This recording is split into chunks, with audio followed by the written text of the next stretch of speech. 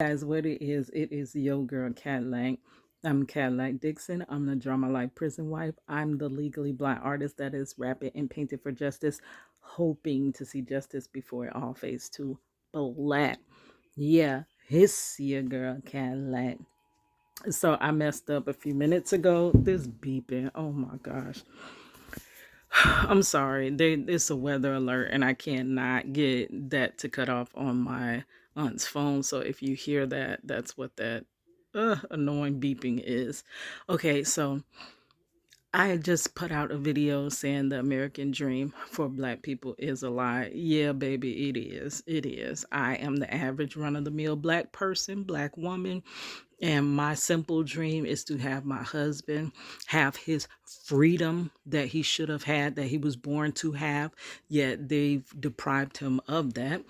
They've deprived our daughter of having her father, which when a man and woman get together and they have a child, it's expected that they can both be, if they're both willing participants in raising the child, why can't they both be there? So because of the fact that this world, the American dream does not exist, I had to become a mother and a father, single mother, by force, not choice. Yes. So I forgot to complete that section, but I wanted to add to that. It's saying the American dream is a lie. It is, because they say if you work hard, you can achieve what you want: the husband, the wife, the house, the car, the kids, and live that simple life. That's all I want. But it's so difficult for me to get to it. It's come to the point where I don't even want the house. I ain't got no family to put in the house. What am I gonna do with a house? The car, just get me a car from here to B, from point A to point B. I would rather have lawyer money. Like, why are lawyers so unobtainable for, why are they so expensive to where you can't afford them? But yet we're supposed to be able to have a fair trial. There's no fair trial if you have to pay top dollar to get representation in a fair trial. That makes no sense. So that means that the trial is not fair, because if you cannot afford, you will not be given a worth the squat lawyer. Anyways, let me move on. Today is the last day of Women History Month, and I wanted to dedicate it to the woman that has actually inspired and just the reason I am who I am is because of this woman. Yes. And that is my mama, Curtistine Dixon. Girl, I wish everybody could have met this sweet, wonderful, intelligent, beautiful woman. Unfortunately, she has passed away. Her time expired. Um, crazy, at the pinnacle of her life, the time when she became the most happiest in her life. That is when she unexpectedly passed away. And I have to always remind myself she didn't just pass away. She was, outed by somebody that took an oath to uphold and took an oath to serve the best care. Doctors, they take that oath to, try to save lives. Unfortunately, my mother came across one that didn't care, didn't show up when she needed him, like for hours. They just left my mother in intensive care, and when you showed up too little too late, she passed away. So because she wasn't seen as somebody that deserved to live, she's not no longer here with us. But my mother was a beautiful woman. And the thing is, she was so beautiful. I'm going to find a picture and link it in the description box. But it was like she didn't know how beautiful she was. Oh my gosh, she was so pretty. I remember when I was a child just looking at my mother and I'm like, oh my gosh, why can't I look like her? Like, why can't I be as beautiful as she is? And what made her more beautiful was the fact that she was not conceited about it. She had the nicest, prettiest, silkiest hair. And that is one of the main things that I remember about my mother when I was in cosmetology school. My mother loved for me to roller set her hair. Yes, girl, I had them skills with roller set. That's all they let us do on them mannequins. Roller set and finger waves. Girl, I could never get that finger wave. But I got that roller set. I got that roller set. And my mother would say every time she went to church, and she had the little cute little curls. They knew that, oh, Keita must did your hair. Keita must, because sometimes she would roll her own hair, and oh my gosh, I remember her pink spongy rollers that left a little lot. And then later they got the little plastic rollers that you would put the clip. Oh, I love doing my mother's hair. She had the prettiest, silkiest black hair that, well, she started dyeing it like a auburn color. And what was crazy was when she did pass, they clipped portions of her hair in each child, and the grandchild got a lock of her hair to remember. And what tore me up so bad was, okay, in cosmetology school, I had a teacher, and she said, you must charge everybody for everything you do. Do not let people, because people take advantage of people that do their hair. Please don't do that.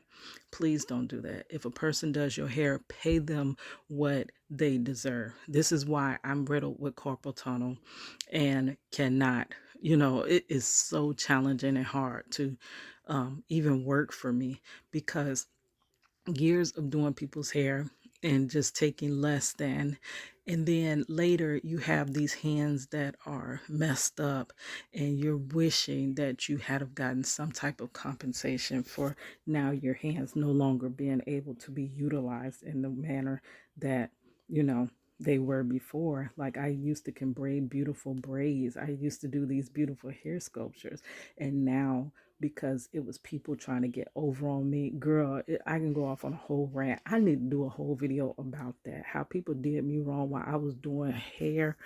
People will try to get over on you.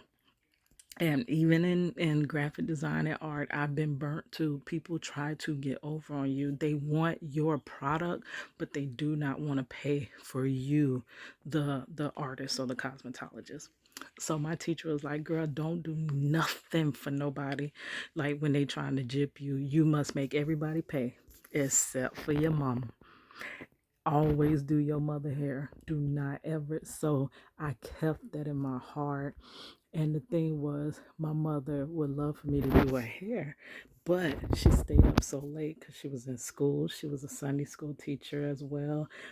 She was over the trustees at the church. She was also a full-time employee. So my mother was doing her thing. So she would be up all night most times. And she'll wake me up and she's like, Kitty, can you roll my hair? And I get up and I'm like, I'm so tired. But I would literally drag myself out of that bed. If my mama said she wanted her hair done, baby, I don't care how tired I am, I'm going to do her hair. And it was doing her hair that it felt like we were able to have our talks. That's when I would talk to my mother, like just doing her hair. Because, like before, my mother was always busy, always running, always doing this, doing that. And I always felt like she didn't have a lot of time for me. She had 3 other children to raise, plus my sister who was sick. She didn't know how she was going to deal with that. It was too much going on, to the point where she was about to lose her job because she had to go back and forth with my sister having brain surgery, so many different things going on. My mother was overwhelmed. She couldn't breathe. She had anxiety. She was always upset, always sad, always depressed, always, but she didn't show it. She was the strong, beautiful, resilient woman on the outside, but on the inside, it was too much going on for her. So I always would get up and do her hair. And those are some of the best times. That was when we had our mother-daughter time doing her hair. Okay, so, and what's crazy is the week before My mother passed. My mother passed so unexpectedly. She was going in for an outpatient kidney stone. Like she was supposed to pass a kidney stone. Pass a kidney stone. It was supposed to be outpatient. Okay, so the doctors completely fumbled up. Fumbled up. They were not supposed to even do that surgery because of it just that's a whole nother story. But if they were doing their jobs correctly, my mother would still be here. So she was just going in for an outpatient surgery or whatever. So I remember the day before. Was it the day before? Or it could have been the weekend before. Oh, I can't remember how much before it was. But we had a water park called Wet and Wild. Now, y'all know I had to be super mama because I always said that I did not want my daughter to say she missed out on anything because her father is gone. I didn't want her to miss nothing because of the choices her mother and father made does not mean she should have any less of a anything in her life. I wanted her to have the best, to be the best. If she wanted that, girl, you gonna get that. And my daughter enjoyed theme parks. So we bought annual tickets to Wet and Wild. But this year they were closing Wet and Wild down. And it was so crazy. We were trying to get our last few visits in, but it ended up being so cold. It was so cold. And they was telling us how the water is heated, but girl, baby, it was so cold, like ice cold. And you would be warm for just 2 seconds when you slide down the slide and hit the water. But as soon as you get out that water and then you running around trying to run and hurry up to the next ride to get back in that water, baby, it was crazy. So after me and my daughter went out there, we played all day, spent so much, me and my daughter spent so much time together. I got home and I remember my mother made spaghetti. She was saying she wanted some spaghetti. And she said, Kita, can you do my hair? You think you can roll my hair? I think this was a Saturday because I believe she was going to church the next day. And I'm like, yeah, mom. I'm so tired. Like that water park wore my behind out. And if I find that picture, I will link that in the description box. Um, but I was like, yeah, mom. Like I couldn't even move. I couldn't move. So I thought, well, she asked me, did I want the spaghetti? That's fine. So then she came back and she was like, Kitty, you think you can roll my hair? And I'm like, yeah, mom. Okay. Okay. I wouldn't move. And ended up, I woke up in the morning. I was like, Mom, what happened? I was supposed to do your hair. And she was like, Kita, it's okay. I just did it myself.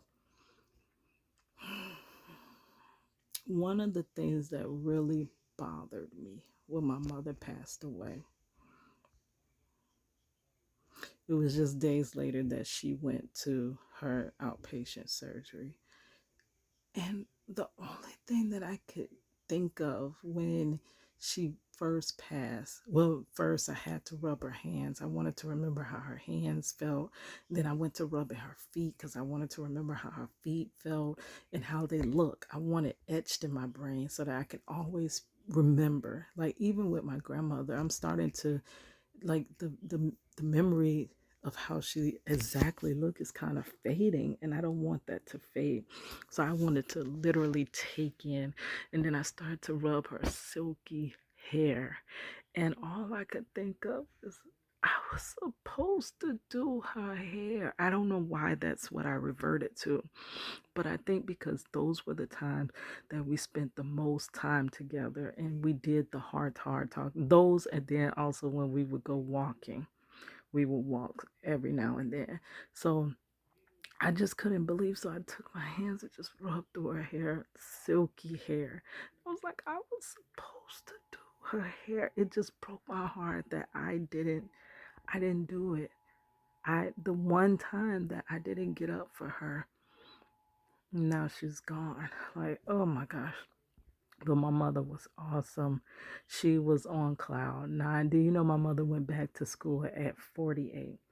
And she is the reason that I went back to school. She always used to tell me, Kid, if I can do it, then you can do it.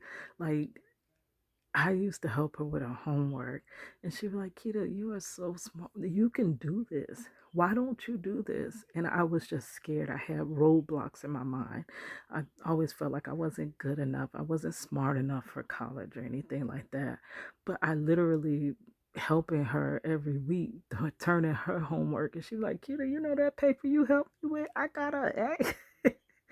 And she would always like when she came and she was like, I got a report due, you gonna help me? And I would be like, oh my goodness, like I got other things I gotta do.